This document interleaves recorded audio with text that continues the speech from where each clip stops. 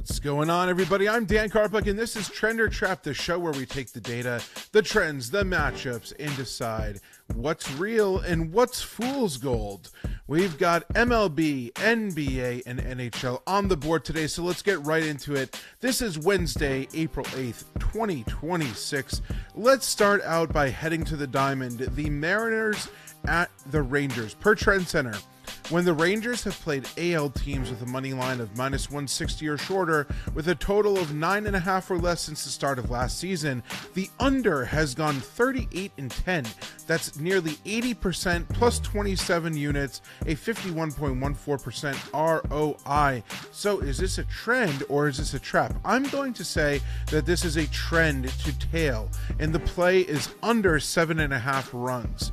5 consecutive Rangers home games have stayed under this total in the pitching matchup between Seattle's Brian Wu, who's 0-0 with a 1.38 ERA early on, and Texas's Mackenzie Gore, 1-0 with a 3.97 ERA. Makes me assume that runs are going to be hard to find once again. I'm pretty high on both of these starting pitchers here. And dating back over the last 3 seasons, Texas's Globe Life Field has been the second most pitcher-friendly field in the majors per park factors, right behind Seattle's home field, and 4 of Seattle's last 5 games overall have stayed under the total. Both of these offenses have been stale, while their bullpens have been elite. Texas ranks 3rd in bullpen ERA so far at a 1.70 mark, while Seattle ranks 4th, 2.21.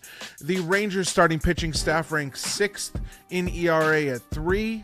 Exact on the dot, while the Rangers ranks 22nd at 4.37. But as I mentioned, both of these offenses have not come out of the gates swinging hot bats.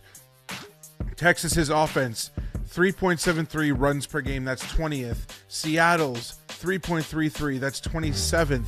All of these factors combined, the solid pitching matchup, the profitable trend to the under. I'm going to go with the under and tail this trend. Let's go to the hardwood for the second debate here. This is the Thunder at the Clippers, and per TrendsCenter, since 2022, the Thunder have gone 27-1 against the spread. That's 96.54% for almost 26 units and an 84.09% ROI. After a 10-point win against a team with an ATS win streak of 2 or more. So the play here is Thunder minus 6.5. I'm going to say that this is another trend that you should consider backing here. Coming off a 123-87 win over the Lakers last night, OKC has now covered 3 straight with massive blowouts: 43 over the Lakers, 35 over the Jazz, and 36 over the Lakers once again. The Clippers head into this game with a 2-4 ATS mark over their last 6 contests, and OKC enjoyed 21 and 19-point wins over LA earlier this season. The Thunder also will clinch the number 1 seed in the West with an outright win in this matchup, so they're not only playing to just coast down the stretch. This matchup actually means something to them. Ranking 14th in defensive rating since the All-Star break and 25th in 3-point attempt rate on the season. The Clippers are going to likely struggle to keep this one close. I'd worry also about things like Brook Lopez's lack of mobility, Darius Garland's lack of size, if I was backing Los Angeles in this one as well. I think this is a nightmare matchup for them, and I'm going to just say OKC is going to cover on the road at this number and keep their dominance rolling. Finally, for segment 3, let's hit the ice. The Oilers at the Sharks.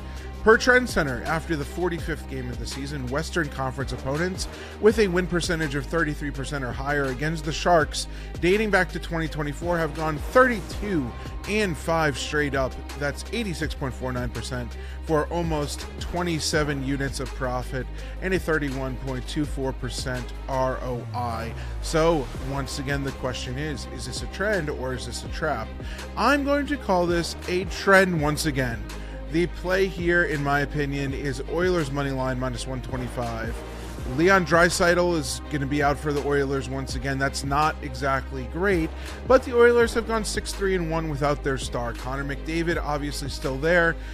They made it to the Stanley Cup Finals in each of the last 2 seasons, but haven't yet clinched a playoff berth despite being tied for first atop the Pacific Division. So a lot of emphasis on these last few games here for Edmonton. The Sharks, of course, are in kind of the same boat here. They're on the outside looking in of the second wild card, and they need to keep winning as well. However, when you're factoring in things like experience, you have to give the edge here to Edmonton.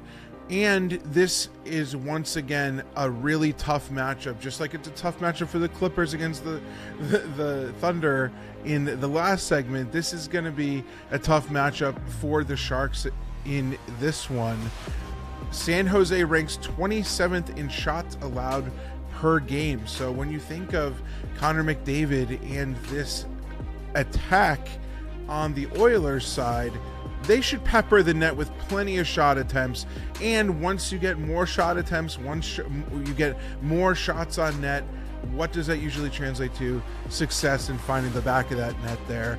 So based on their recent history and experience, I'm going to trust that the Edmonton Oilers are going to earn the win and eventually find themselves back into the playoffs. Once again, I'm going to fade the Sharks late in the season and stick with that multiple season trend.